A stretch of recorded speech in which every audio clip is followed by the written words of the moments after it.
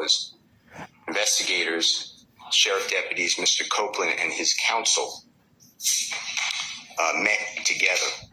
None of the defense team, to my knowledge, was aware that this was going on. It was told, based upon information belief, that it was told to the district attorneys that Mr. Copeland intended to plead the Fifth Amendment. Then I was told, based upon information belief, that Adrian Love, the lawyer for Mr. Copeland, and this court were together, and Ms. Love made representations that John Melnick supposedly spoke with some attorneys for the accused and wrote an email to Ms. Love, to Adrian Love, stating that Mr. Melnick does not represent the witness, and that Mr. Melnick wrote an email saying F you, and then somehow that email was CC'd to me. That never... Mr. Steele, can I interrupt you just a second? I'm kind of disturbed because that's ex parte. All that was an ex parte conversation. How did you find out about any of that? Well, I'm disturbed too. And the reason I'm asking you a question. And how did you find out about it? I'm going to ask you the question. Okay. Scuttle, if you look at SCUDDER versus State, which is 298 Georgia, 438, it's Division 2, 782 Southeast 2D 638, 2016. Our highest court says when a court meets, because Mr. Copeland comes in, meets with the court supposedly made statements, which I assume is somehow accurate based upon what you just said. We're entitled, Mr. Williams and every other person wrongly charged here is entitled under the Georgia Constitution to be present. That's a critical stage. It's just like when you meet with me, and you and Mr. Adams meet with me, and others have met with me. It's those are ex parte for a lot of different other reasons, but I will certainly note that for purposes of record. Well, I'm going forward. What I was told was that Mr. Copeland said, and you haven't answered my question yet. I'm not. How did you answer that question?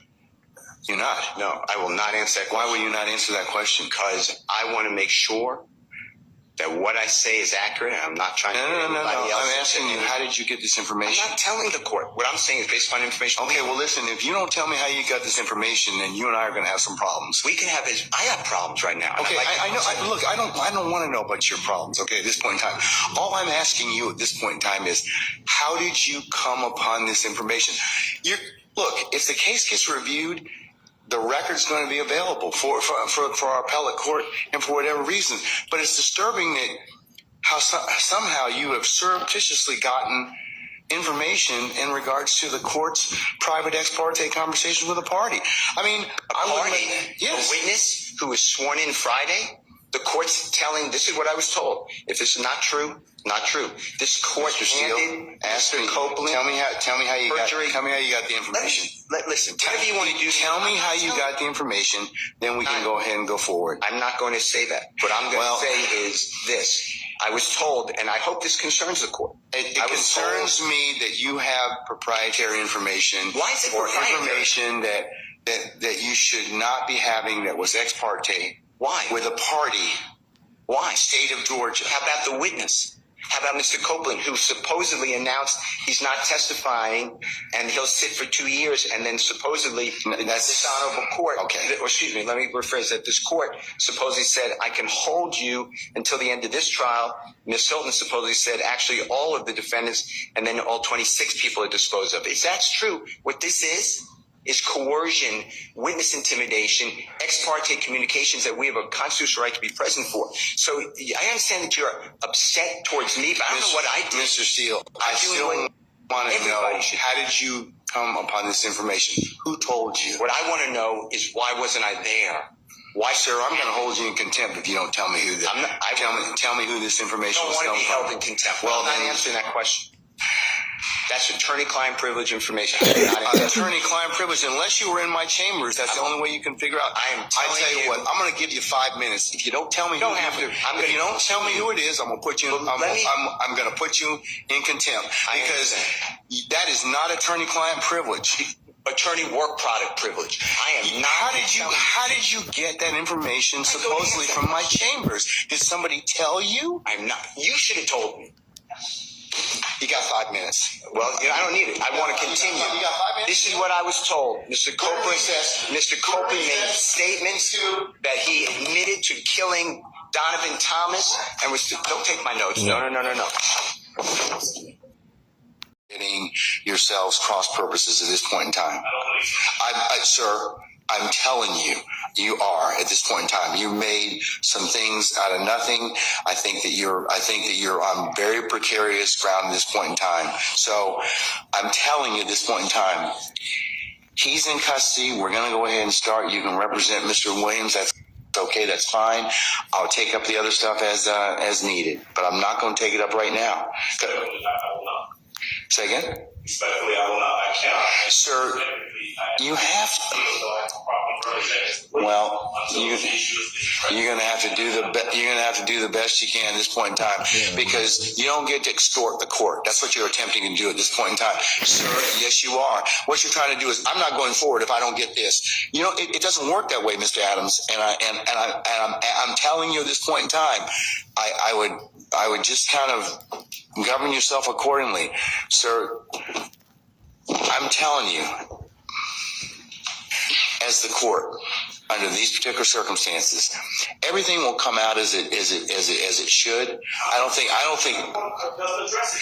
sir, I don't have enough information at this point in time to address it. I don't.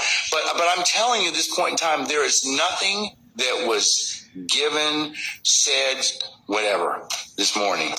If there's any accuracy to some of the information that we are. But sir, I don't even know your co-counsel. Your co-counsel won't even tell me who said whatever. Okay. And the challenge I'm having in this particular circumstance is that is such a violation of the sacrosanctness of the court's chambers and an ex parte conversation. You're just glossing over that. You're glossing over that in its entirety. No. It's not, sir. Sir. That's not what happened. That's not what happened. I'm just telling you, that's not what happened. Judge, respectfully, we are not obligated to simply accept that there's been no violation. We believe that there has been. Okay, well then no, we're not doing that at this point in time. So you'll have a choice to make. All right, take Mr. Steele into custody, please.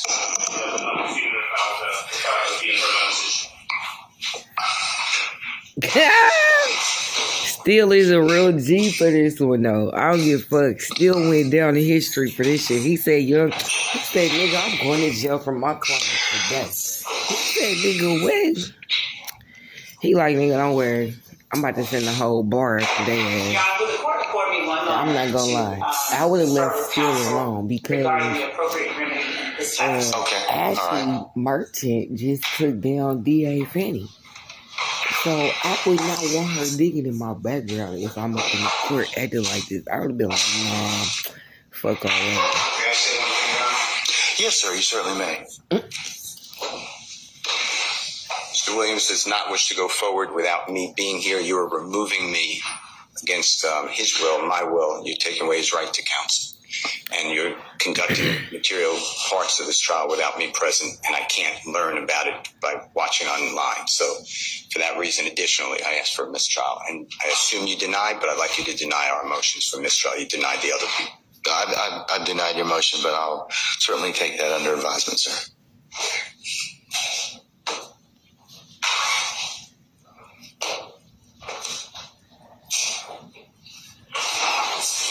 We're going to be in recess for the next 5 minutes. So, anything else? No, we'll file a notice of appeal. Okay. And we need to have the order reduced in writing as well. I'm going to do that right now.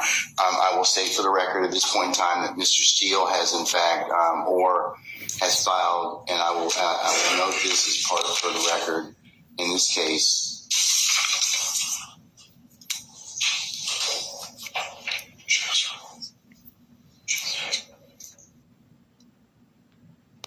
He's filed a motion to set aside the contempt.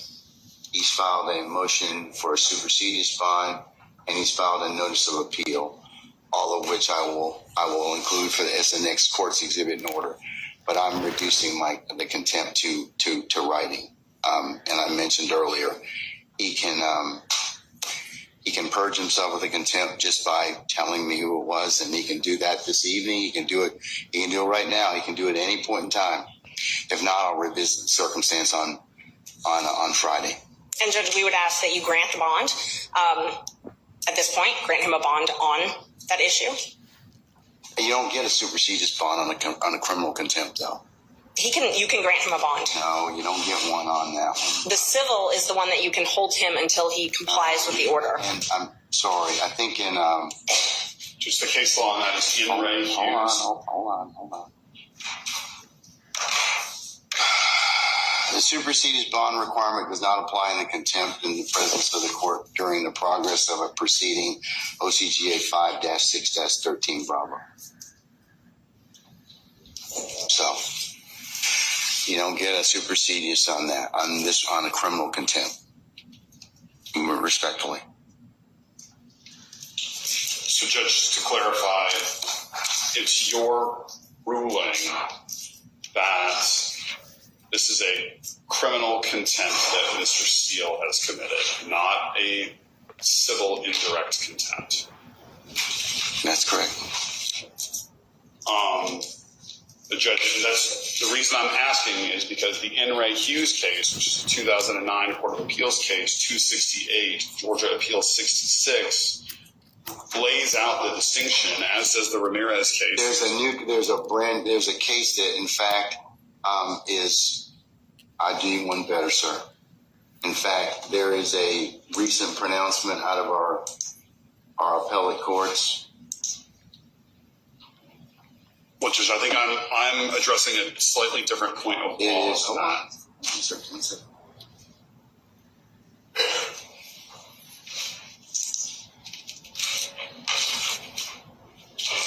Give you two cases. One is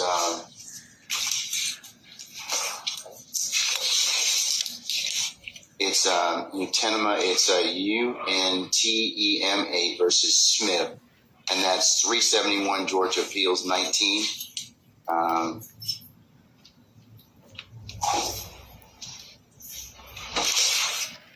Which was decided March the 12th of this year. It covers the differences between the types of contempt. And then there's another case that I'd invite your attention to, and that is Henry Syverson. It's SVERSON, and that is 68 Georgia Appeals, Georgia App, 865. And that was decided July 31st of last year.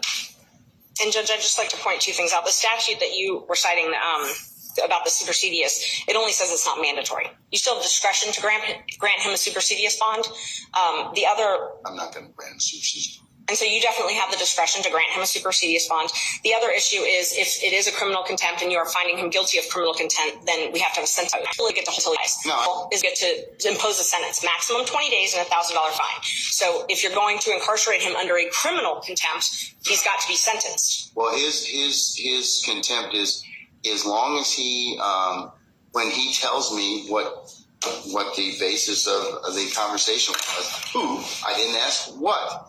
But he tells me that, then I certainly keeps him so they can. That's civil. That's the point you use. Same point. Civil contempt is punishment as a means of coerced future compliance with the prior order of the court. Here, the order of the presumably is directed Mr. Hill to question preemption as to who is his source for knowledge of this ex parte meeting that occurred earlier today. Criminal contempt imposes unconditional punishment to punish the act which has occurred in the past and cannot be purged. It is not capable of being purged, in which case what Ms. Merchant said applies, which is that there is a 20-day maximum sentence and $1,000 fine. It is, for all intents and purposes, a misdemeanor offense, Judge, which is why the enhanced due process protections apply to that. Now, Mr. Steele has indicated to us he does not believe that he can answer the question without violating his duty of loyalty and duty of confidentiality to his client. So he is being placed in a position where he's either going to jail or he's going to commit an offense that will put his license to practice law at risk. And that is an untenable position to be in.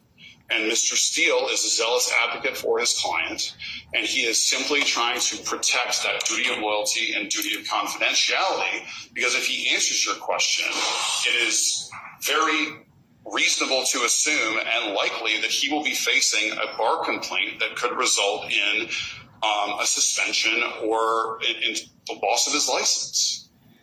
And so he's in a very, very difficult position where if we were able to have a full contested hearing with the benefit of witnesses and an impartial judge where you're a witness, then everybody could present their side of the story. And I'm not doing that. The reason being is because that takes away the whole point of criminal contempt, and that is you do something, the court tells you to do something, order of the court, and you don't follow it.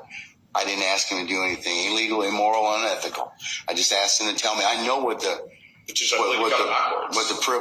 privilege is. The privilege is the conversation. I didn't ask him about that. I wanted to ask him about who, the person. Okay, I'm sorry.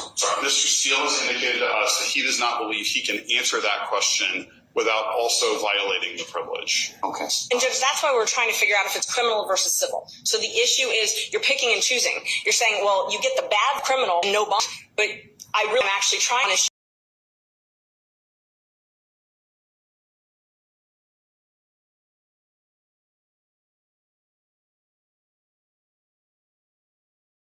how he found out about an ex parte meeting. The controversial meeting included the judge, the state, and a key witness, but the defense was not made aware of it prior to the meeting. Steele was held in contempt, arrested, and ordered to serve 20 days in the Fulton County Jail. He later appealed this contempt order and was granted bond. And today, the state Supreme Court ruled that the evidence did not support a contempt finding.